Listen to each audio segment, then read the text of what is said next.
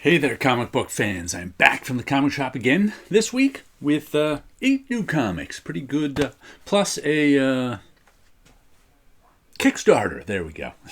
The word flew out of my head. 8 new comics all from my pull list. Got some leftover free comic book day stuff, which I picked up just because I liked their covers. But we'll start out with my top of the printer museum covers. We've got I was in the mood for some more Will Eisner Spirit. What number is this? 74. And this battered old number 12 of Werewolf by Night.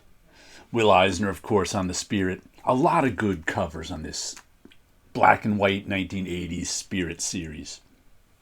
And coincidentally, we were just discussing this one on our Friday night show.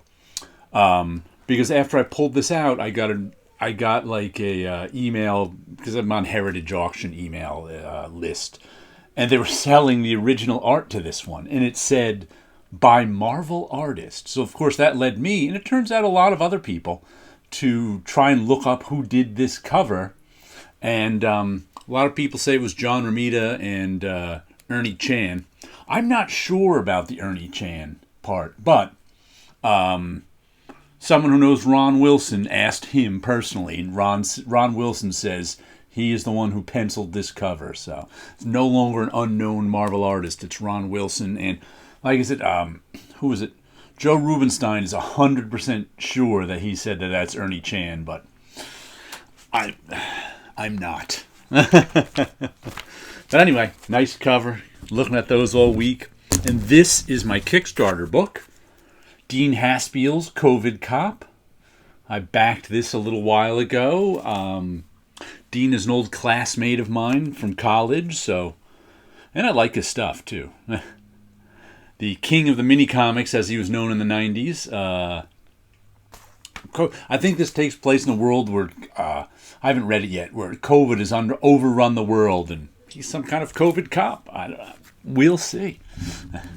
But I always enjoy Dean's work. So, like I said, when I was buying that Image anthology, my favorite part was the one-page Dean Haspiel strip at the end of every one. Old Dog, is this number 4? Where's the number on this thing? React 1. Oh, 004, down the bottom. Old Spy coming back. I remember 1 and 2. Did I get 3? It's been a while since I've seen an issue, so. But some nice artwork, but old retired Spy coming back to have to do spy stuff. It's all right. Let's see, what else do we have here? Impossible Team Up. Impossible Jones and Captain Lightning. I've been enjoying these Carl Kessel and David Hahn, Impossible Jones comics. I think these are kickstarted also, but I like the artwork. But like, Kickstarter is like the most expensive way to buy comics. Because I was looking at their latest Kickstarter, and like, this is a $6 comic, which is pretty expensive, but like this same comic Kickstarter with shipping and everything is probably around $12 or $15, plus you get a bunch of tchotchkes with it. But I'm not into all the little tchotchkes, so I'm okay with, waiting for whatever. If it comes to a comic shop, I'll get it then. So double size, it feels like it's at least 40 pages there, probably 48, I would guess.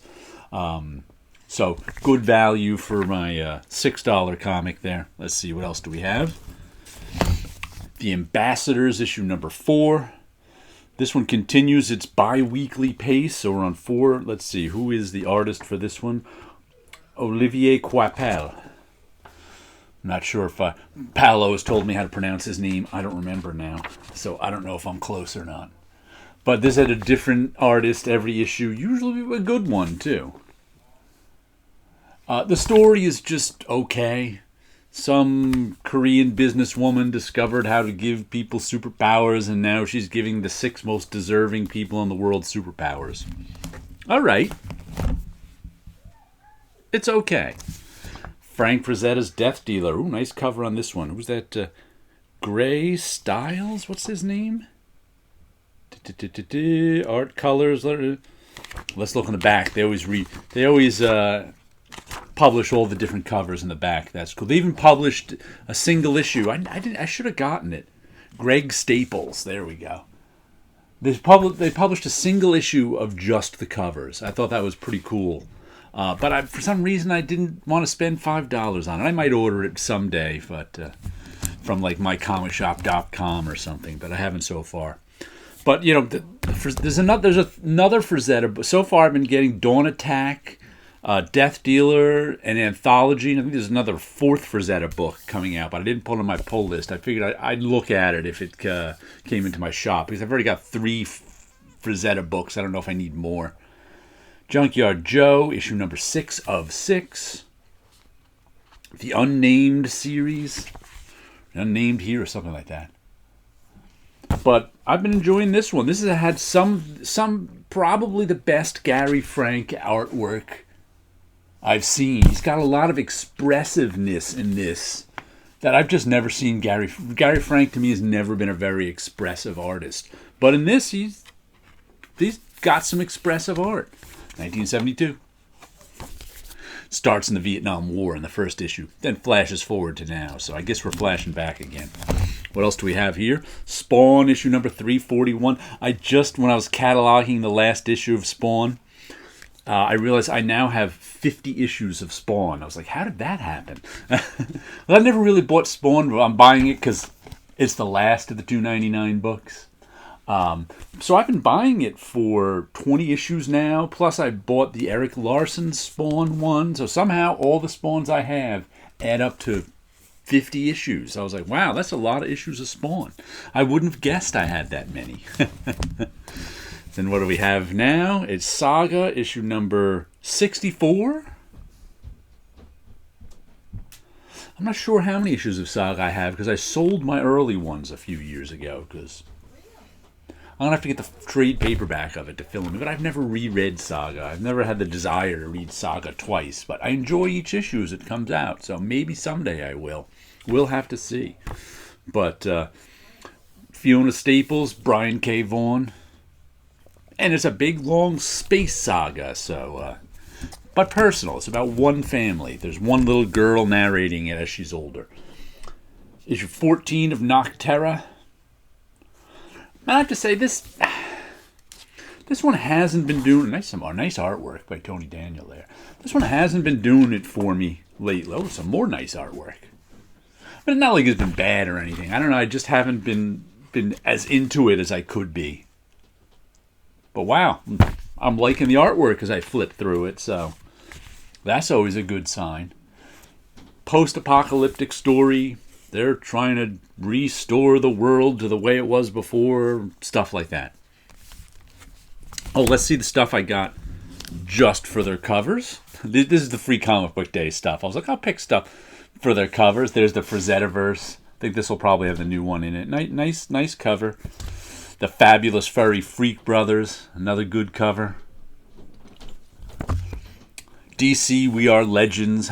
I just picked this one up because somebody said, this is the first appearance of all these new characters. So I was like, I felt compelled to pick it up. I tell you.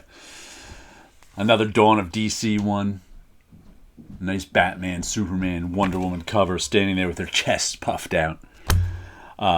Jeff Lemire, Fish Flies.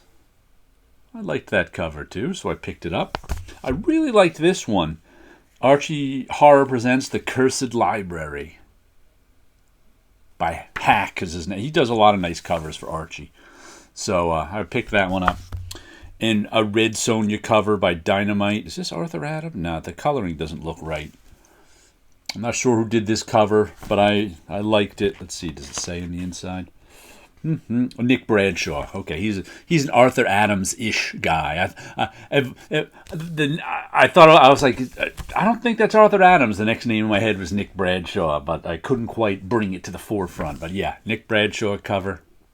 So I liked that one. Now let me show you a little bit of my artwork. What do I got going on back here? First of all, I started a painting. I actually started a 24 by 36 painting. This is going to be one of my Gatsby illustrations. And then, don't fall over. Dreams of Things 185. I must be going through my blue spiral period because I put a blue spiral behind her head, and last week I put a blue spiral behind her head.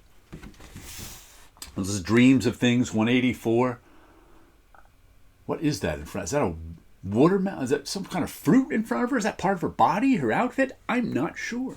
It's a strange dreamlike thing with floating blocks and circles of color in front of her. Is she hypnotizing us? I don't know. We'll have to enter the dream world and find out. But there you go. You know, I just got a box of art supplies, so I'll have an art supply haul probably tomorrow.